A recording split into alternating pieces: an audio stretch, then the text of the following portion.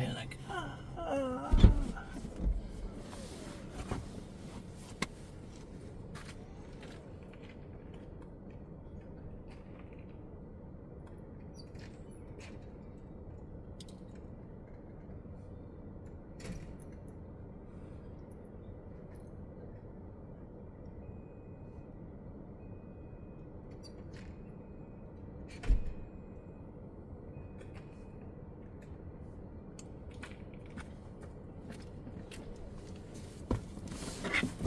All right. Now we can go.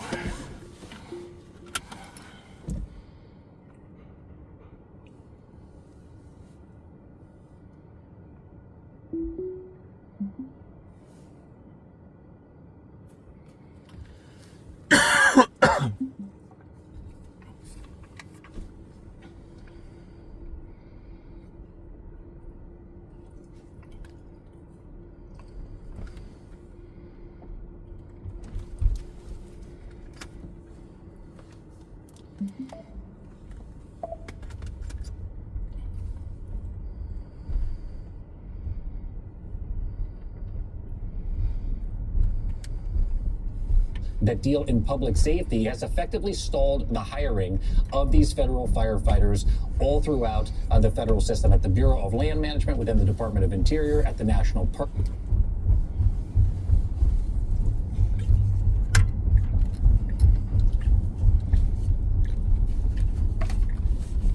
Service, which has its own firefighters, and at the U.S. Forest Service, which has the most firefighters of this whole operation. So there is a lot of concern here on the ground, not just in Los Angeles, where these firefighters came and really helped in the mutual aid effort, but all across the American West, where obviously the fire seasons are getting longer, the fires are getting bigger, the fires are getting more dangerous. Global humanitarian crisis and costing thousands of American jobs, and argues only Congress can dissolve the agency. So, Joe, let's stop right there, because there's a lot going on, including Elon Musk's involvement and this process that the Secretary of State, Marco Rubio, said there was no other way to do it. Seems to me there are lawful ways to do this, as opposed to how it's happening. And that's a question, and it's a question for all of the DOGE projects, because I think, let me just say it at the outset, as a small government conservative, as somebody who actually helped lead the fight with about a dozen of my classmates, we balanced a budget 4 years in a row, and we did that. It's the only time it's happened in 100 years. It's the only time it's happened in a century. We did it 4 years in a row. There's nothing easy about it. There's government waste out there involved, but we did it constitutionally. We did it legally. It's hard. It's just a very difficult thing to do.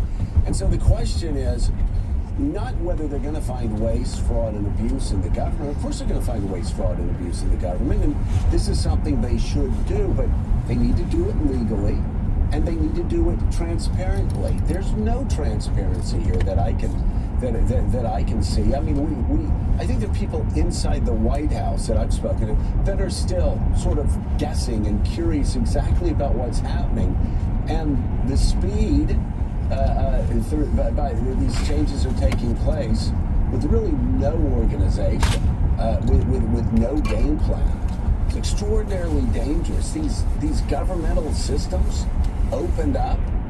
And open up in a way that will allow China, allow Russia, allow Iran, allow our foreign adversaries to possibly gain access to these systems. After layer after layer after layer of security could just be gutted. That's one thing. I want to say another thing, though, and I find it a curious, John Heilman, I find it a curious argument that some Democrats are making, which is, let's not fight about this. You know, it's foreign.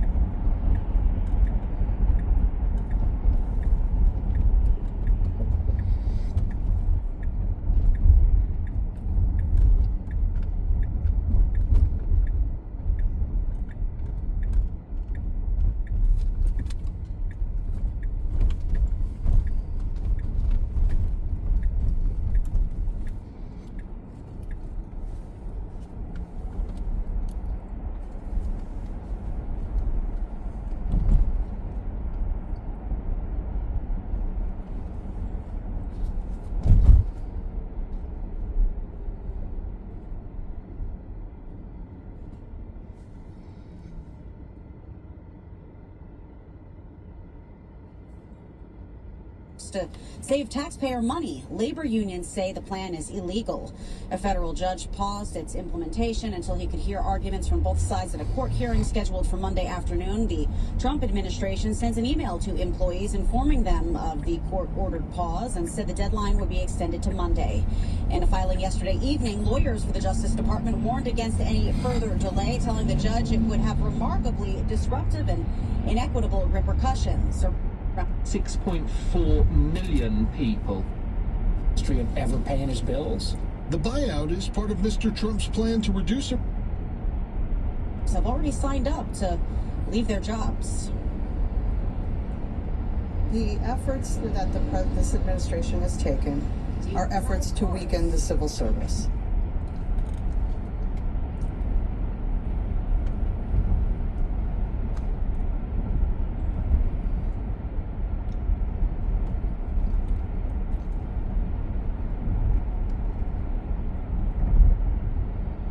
Skilled technical people in these NGOs, Christian NGOs, Roman Catholic, and evangelical NGOs, and all of that's being shut down. The camps are being collapsed in many areas, and people who've had their houses burned down, their children raped, who are traumatized, were getting food aid from us. The whole operation is going to be shut down. Now, Marco Rubio, who I've always had great respect for, is being blamed for this. This is being orchestrated by Musk, not Marco Rubio, and by the director of OMB. They don't care what happens to the people of the world because they don't vote in the United States.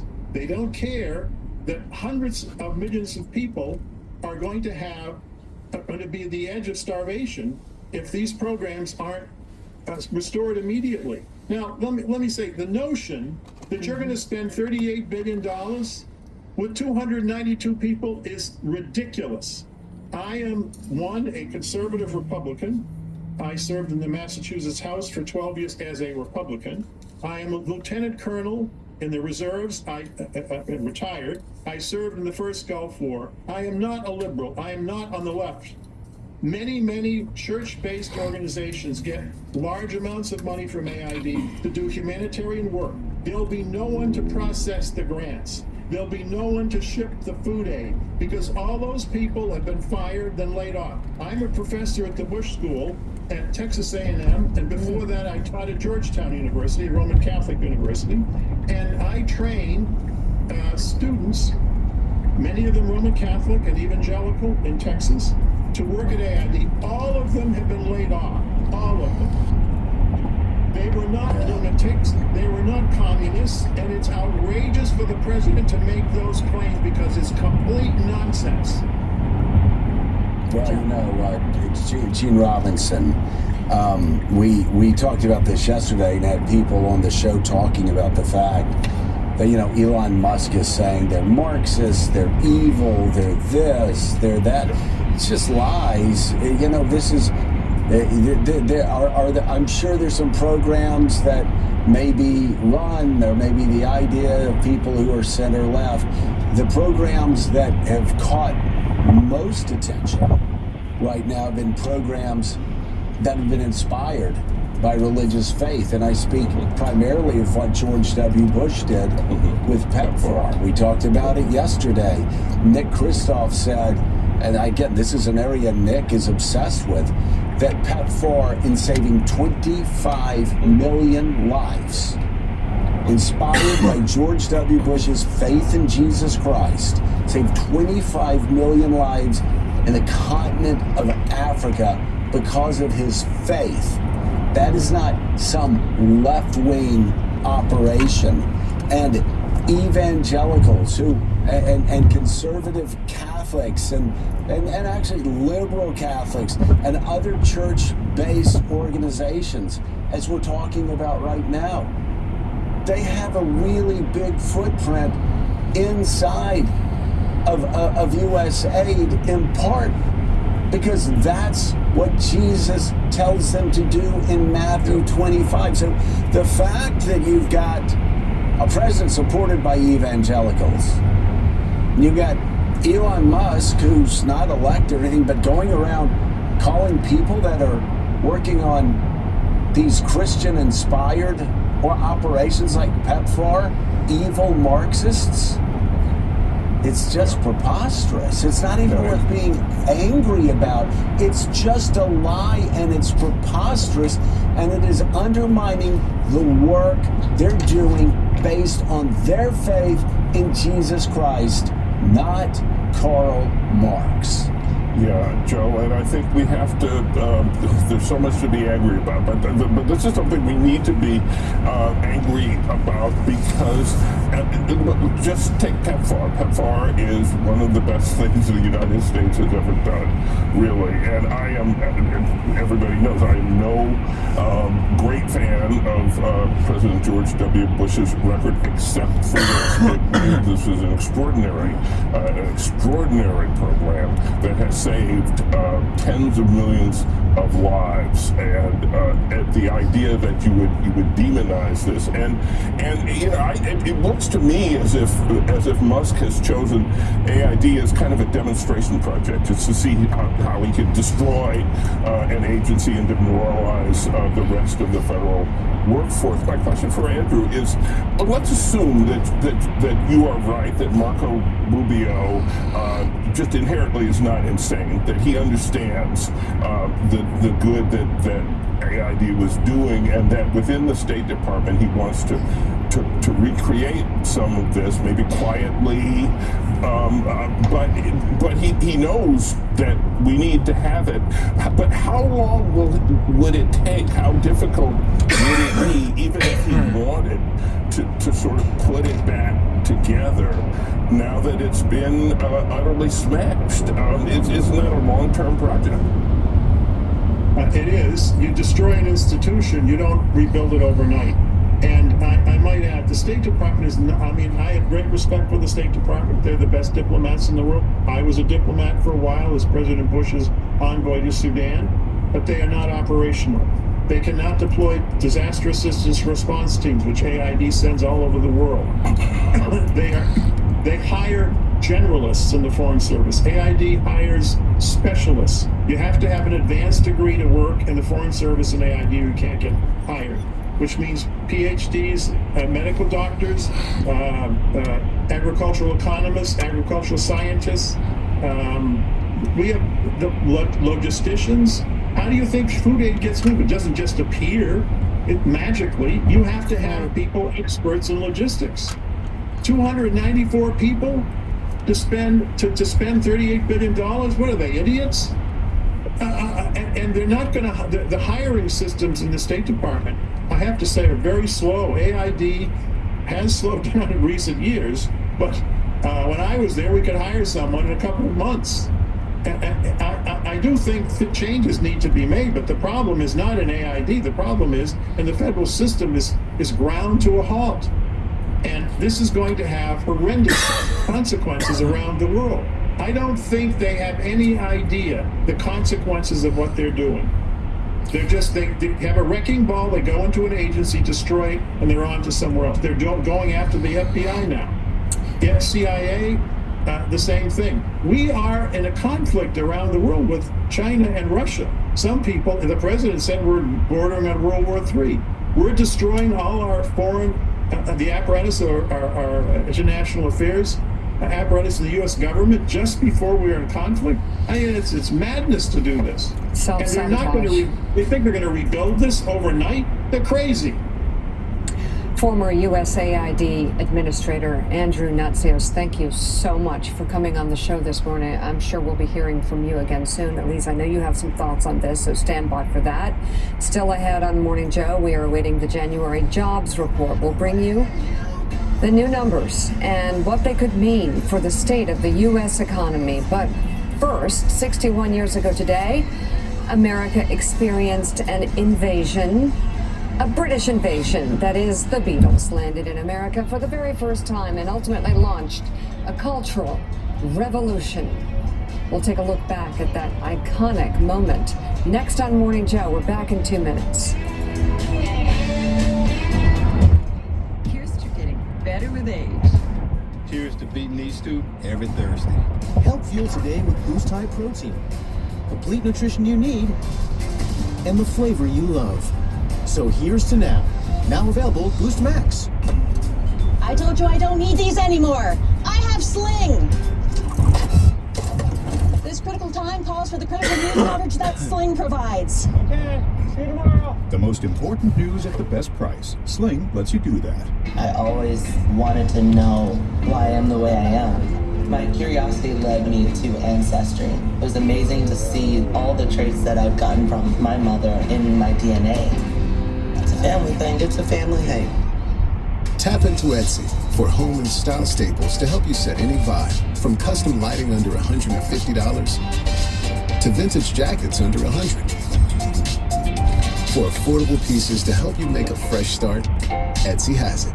That moment you walk in the office and people are wearing the same gear, you feel a sense of connectedness and belonging right away. And our shirts from Custom Ink help bring us together. We make it easy to wow all your groups with high-quality custom apparel and promo products, all backed by our guarantee. This one's called Earthrise on the Moon. That's so beautiful.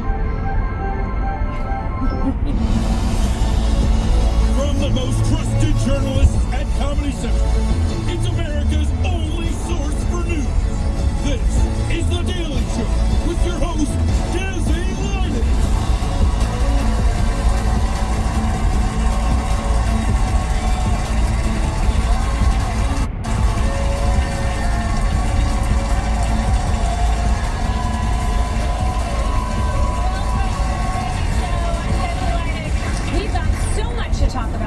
Trump's plan for Gaza is still under construction. An old man gets into gardening, and Charlemagne the God kindly requests that Republicans stop being little bitches.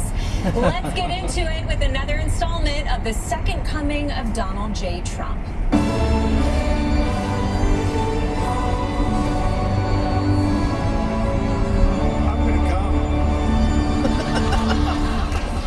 Yesterday, Donald Trump unveiled his big plan to relocate Gazans and turn their homeland into the world's holiest Hard Rock hotel and casino.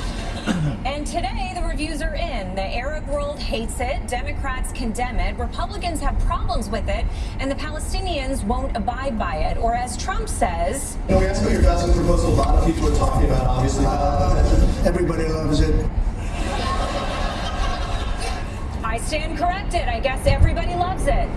And even though the plan was totally perfect in every way, his staff spent the entire next day walking back every single part of it. The president said his intention was to remove Palestinians from Gaza permanently. If we can get a beautiful area to resettle people permanently. But today, the press secretary said it would be temporary. The president has made it clear that they need to be temporarily relocated out of Gaza for the rebuilding of this effort. Trump's press secretary just had her first walk back. This is an important rite of passage for Trump's spokespeople, their bull mitzvah, if you will. She was spending so much time walking back the plan that at one point she ran out of English words. This is an uninhabitable place for human beings. Yeah, so true. Remind me how it got uninhabitable again? Even worse for Caroline, while she was scrambling to salvage Trump's plan, Trump was on... But today, the press secretary said it would be temporary. The president has made it clear that they need to be temporarily relocated out of Gaza for the rebuilding of this effort. Trump's press secretary just had her first walk back. This is an important rite of passage for Trump's spokespeople, their bull mitzvah, if you will.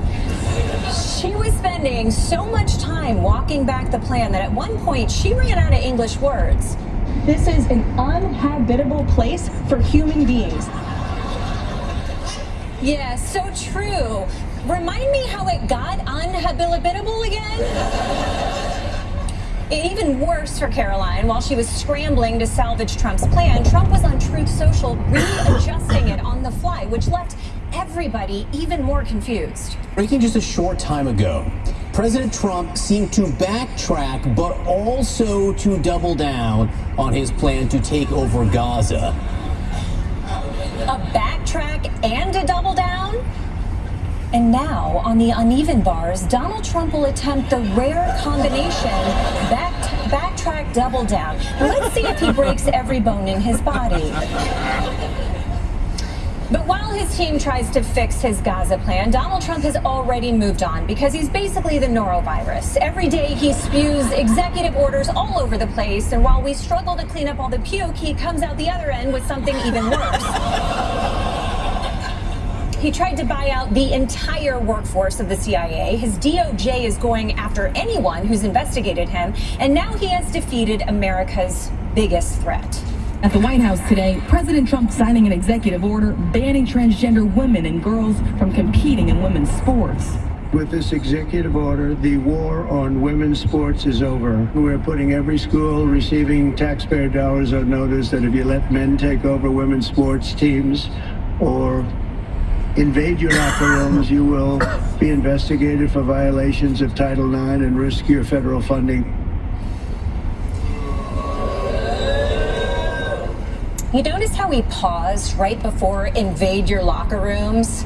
Like, maybe we won't make that illegal. Should have proofread this. Look, it's bad enough that he's banned trans women from sports, but spare us the performance. Issue for women in this country. Maybe start with, I don't know, reproductive rights or pay inequality.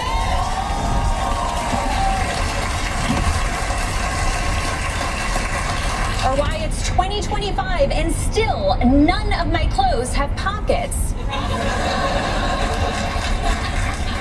Now, you might be wondering, is this really going to be the entire Trump presidency? Just divisive executive orders every day for the next 4 years? Yep. Probably. But on the bright side, he did have one executive order today that felt relatively harmless. I have signed an executive order to resume the process of creating a new national park full of statues of the greatest Americans who ever lived. It will be called the National Garden of American Heroes, and I hope that Congress will fully fund this wonderfully unifying project at the first possible opportunity. Excuse me, sir. Americans already have a national garden, and it sells unlimited breadsticks.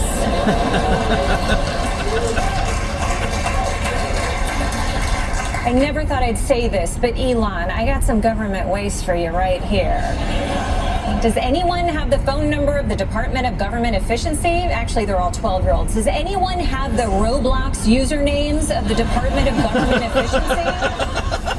But the question is, in these divided times, will Trump's Garden of Heroes help to unify Americans? To debate this issue, let's go live to Ronnie Chang and Josh Johnson.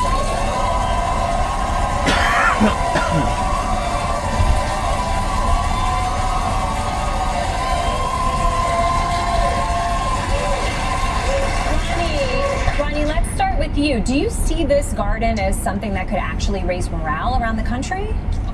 No, this country is pretty that being said, this is actually a good idea. I do like a garden of heroes. I mean, America is so divided, but if we can walk in a garden with statues of George Washington and Neil Armstrong and Paul Giamatti, maybe it'll bring us together. Okay, and Josh, what's your take? Yeah, it's great. Did you say Paul Giamatti? The bald guy from Billions is in your top 3? He's also the bald guy in Sideways and Big Mama's House. Also, I saw him eat a hot dog in Union Square, although that might have just been another bald guy. But either way, American hero. Giamatti's not statue status. At best, he can be a plaque or a name on a bench. A bench? The thing people fought and smoke crack on? I don't think so, okay? Paul Giamatti gets a statue, maybe 2. We're not putting Paul Giamatti next to Abraham Lincoln and John Adams. Paul Giamatti won an Emmy playing John Adams, okay? How many Emmys did John Adams win for being John Adams? Ronnie, what the are you talking about? John Adams was the 2nd president, and he didn't have slaves. Early America. No slaves. 2nd president. Pretty cool. Oh yeah, you know who else didn't have slaves? Paul the Hardy with the body, Giamatti. I'm really trying to be unified right now, but Ryan, I'm truly gonna kill you. Okay, well, why don't you come over here? I'll unify my fist with your face. Okay, guys. Fist fighting over Paul Giamatti is not what the Garden of Heroes is all about. Oh, I'm sorry. I don't want to walk through a garden staring at Lincoln's penis. Ronnie, what? Why would his penis be out? Because obviously the statues will be naked. Like they are in Europe. They all got little baby carrot dicks, okay? It's called culture. Bro, this is America, all right? Our statues have clothes, wear funny-ass hats, and ride horses. Okay, look, I'll give you the hats and horses, but they're nude or I wash. Excuse me, guys, before we get into their outfits, I just want to point out that neither of you have mentioned any women heroes. Oh! Can we please not DI the f***ing garden? Imagine walking through the park and seeing Eleanor Roosevelt, Rosa Parks, Susan B. Anthony, and other inspiring women who would look great as gnomes. Gnomes? Well, it's a garden. Obviously, all the heroes will be gnomes. You'll be walking around and be like, oh, look, it's Ruth Bader Ginsburg. Okay. We are not making the statues into gnomes. And if we did, wouldn't it be Ruth Bader Gnomesburg? I hate you and I hate your half of the country. Guys, this garden is tearing us apart. Please, let's compromise, okay? For the sake of all unity and all things dignified, we will give Ronnie a Paul Giamatti statue. Thank you. And to please Josh, Giamatti will be wearing a John Adams hat. Thank you, Desi. And he'll be naked on a horse next to a proud Gnomes Bader Ginsburg. Fine, but she's nude and her boobs have to look like Paul Giamatti. No. I'm fine with that, as long as she's surrounded by like a lovely little field of begonias. No. Begonias? You stupid f***. Piccadilly's or I burn this garden to the ground. Okay, you know what? Forget it. Forget the garden. Unification canceled. Ronnie Chang and Josh Johnson, everyone.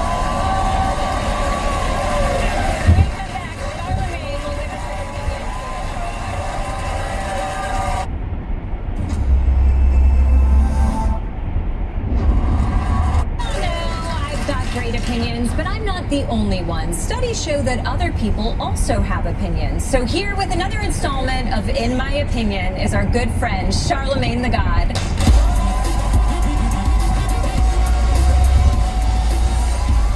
All right. For the last year or so, people like me have been running around, tearing our hair out, saying Donald Trump is going to destroy democracy. Yeah, I tore my hair out. What did you think happened to it? But 3 weeks into Trump Part 2, I don't think he's going to destroy democracy anymore. I think he's already done it. The oligarchy is already here. I haven't seen CEOs this happy since they caught Luigi at that McDonald's. Yeah. And now Trump has handed over the keys to the whole government to Elon Musk. Yeah, that's right. Elon Musk, world's richest man-child. The guy who innovated rockets and really innovated hand-waving. Yeah. And Musk is already doing so much to damage America that ISIS is getting FOMO. Elon Musk has essentially been a bull in the government's china shop, closing programs, locking out employees from their offices, shutting down websites, locking up email accounts. DOGE has its paws in USAID, the Treasury Department, NOAA, the Centers for Medicare and Medicaid Services, the Labor Department, even the Transportation Department. Yeah. Elon is stripping the federal government like it's Kanye's wife at the Grammys. If you think about it, Elon is the Kanye of the government. An egomaniac.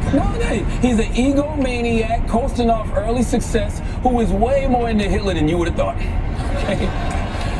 Yeah. Somehow, Trump demanded we get rid of DEI, then gave the job of co-president to an unqualified, unelected African immigrant. This country isn't supposed to be run by incompetent foreigners. It's supposed to be run by incompetent Americans. I can't believe I'm saying this during Black History Month, but Elon, go back to Africa.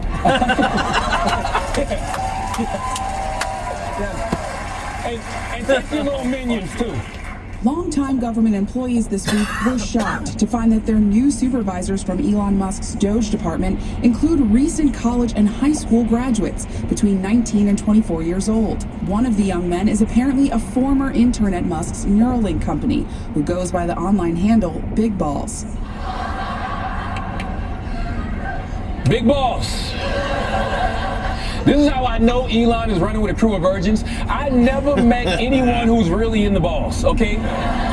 No one's like, send me a scrotum pic and get that dick out of the way, all right? I want to see what those balls do. I need a man hung like a beanbag chair. Pause. How you gonna put 19 to 24-year-olds in the driver's seat, all right? They're not even old enough to rent a car. Maybe it's just me, but I don't want the people destroying the government to only know Andre 3000 is the flute guy. Yeah. So we're in some dark times, people. I just hope the Democrats are organizing an effective opposition to all this. Show them what you're made of, Dems. Hey there, Chris Murphy. It's been a very long day today, full of a lot of bullshit. So I poured myself a drink. It's pink. It's vodka and grapefruit juice. You're unwinding with a pink drink in the middle of the game. Motherfucker, get some amphetamines and get back on the field, okay? Come on, man. You got Elon out here pumped up on Mars juice and ketamine, and you're out here having a sea breeze? Get in this fight, Dems. Your mascot is a donkey. Donkey punch these motherfuckers. Go hold a rally or something.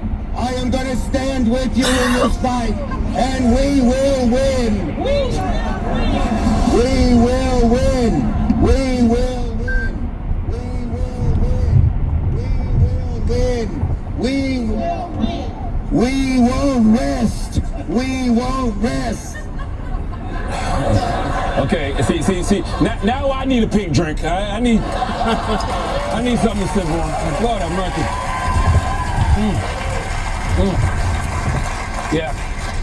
This entire generation of them leadership has got to go, man. All right?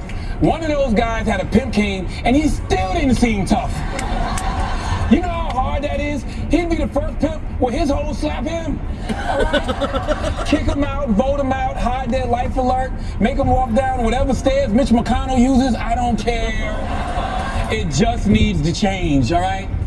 Please tell me there are some young Democrats who can speak clearly on this. What do we need?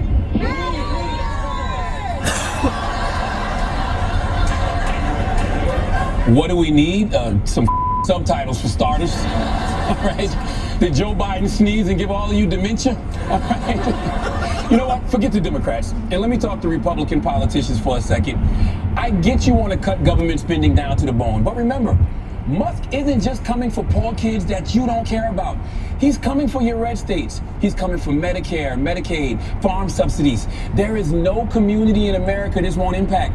It's not a black thing, a white thing, a gay thing, a straight thing, a spit on that thing.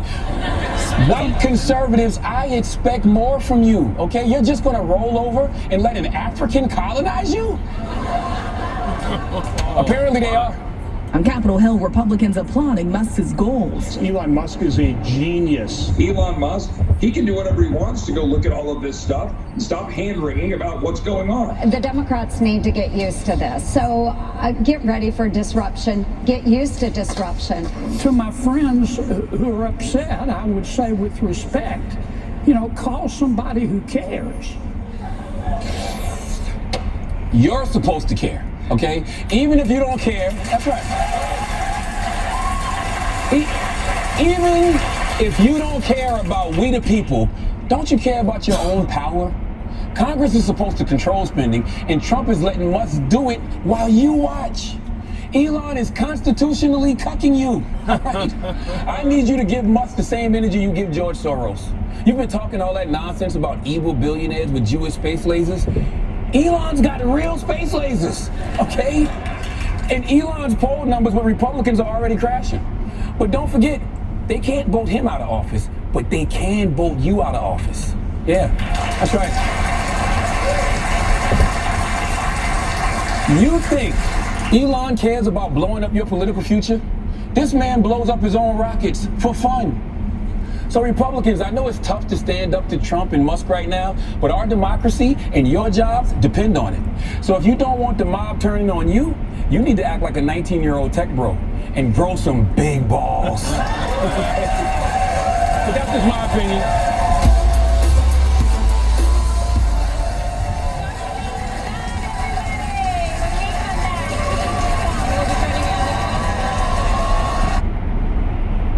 Who stars in the new film Love Hurts.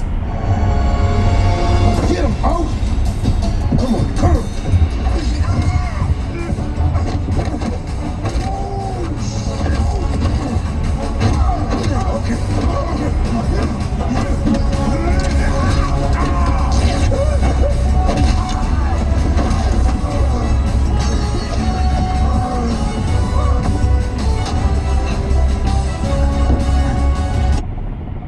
Message here is loud and clear.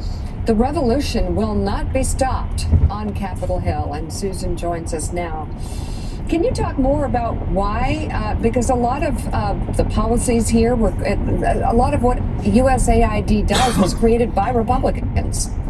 Yeah, absolutely. Of course, USAID is one of the main instruments of American foreign policy around the world. Not only is it one of the world's largest development agencies, but it's a key instrument of national power, and Republicans and Democrats alike have supported it over the years, including, very notably, the man who is now its acting administrator, the incoming Secretary of State, Marco Rubio. For years as a senator, not only was he promoting the work of USAID, he was criticizing the Biden administration at points for not using it more in the ways that he wanted. And, you know, what's extraordinary about this is that, you know, Donald Trump did not campaign on unleashing Elon Musk in a revolution. By the way, that's what Elon Musk called it the other day, a revolution. And he certainly never mentioned that he was going to outright eliminate USAID. The question is that it's now become not just a discussion about what kind of foreign aid to have in the world. It's become a discussion about what appear to be extra constitutional,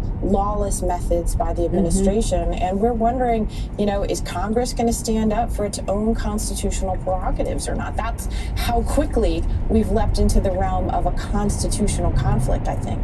Yeah, I think those are the key issues here. And also the voids being created around the world that other countries can now fill. And this move, for whatever the reason, creating those problems. Elise, at the same time, two things can be true.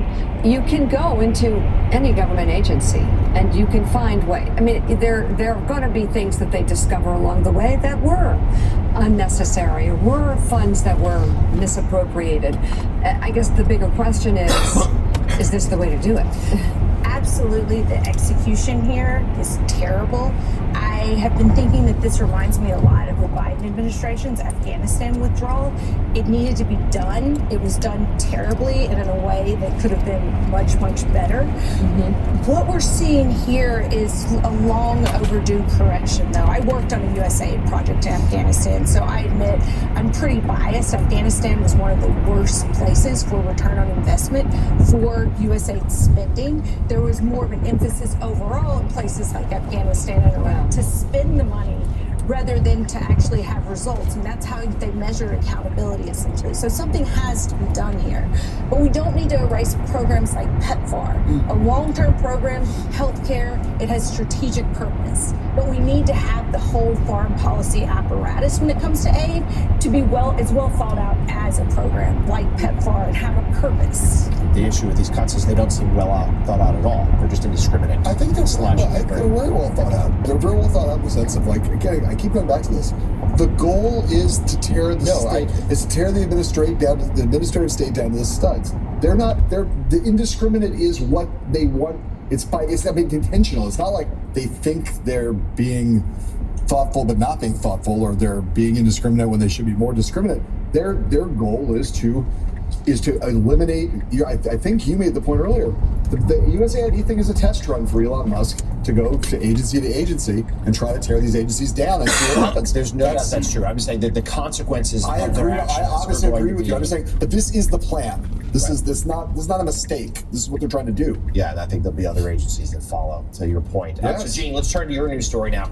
Your new piece of the Washington Post has this headline: These Republicans should be ashamed of themselves.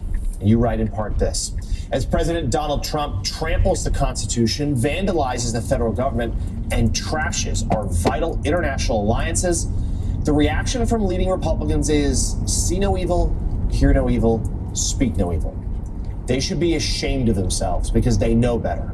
Ultimately, we will all pay the price for their cowardice. With Trump's blessing, the unelected and unaccountable is trying to decimate and ultimately destroy the nonpartisan civil service without a peep of protest from Republicans. I'm confident that if the top Republicans in Congress were meeting with Trump and the president accidentally spilled Diet Coke on his red necktie, they would all promptly spill Diet Coke on their red neckties, too. Remember the moment of Mike Pence when he was vice president, putting his water bottle exactly on the table, just like Donald Trump did, mimic his movements every so often. But that elicited a smile. This right here, though, Eugene, to your point, is potentially devastating consequences. Yeah, absolutely. I mean, so much is happening that things just whiz past, right? So I went like all the way back to a few days ago, a week or so ago, and look at the confirmations in the Senate. So the Senate has confirmed Pete Hegseth. It's about to confirm RFK Jr. and Tulsi Gabbard, and the senators of the Republicans who are voting for these people know. They know absolutely, without a doubt, that these people are unqualified and unfit, unsuited to have these jobs. They just are wrong and should never be confirmed in these jobs. These are important roles to play in the country and ultimately in the world, and these are the wrong people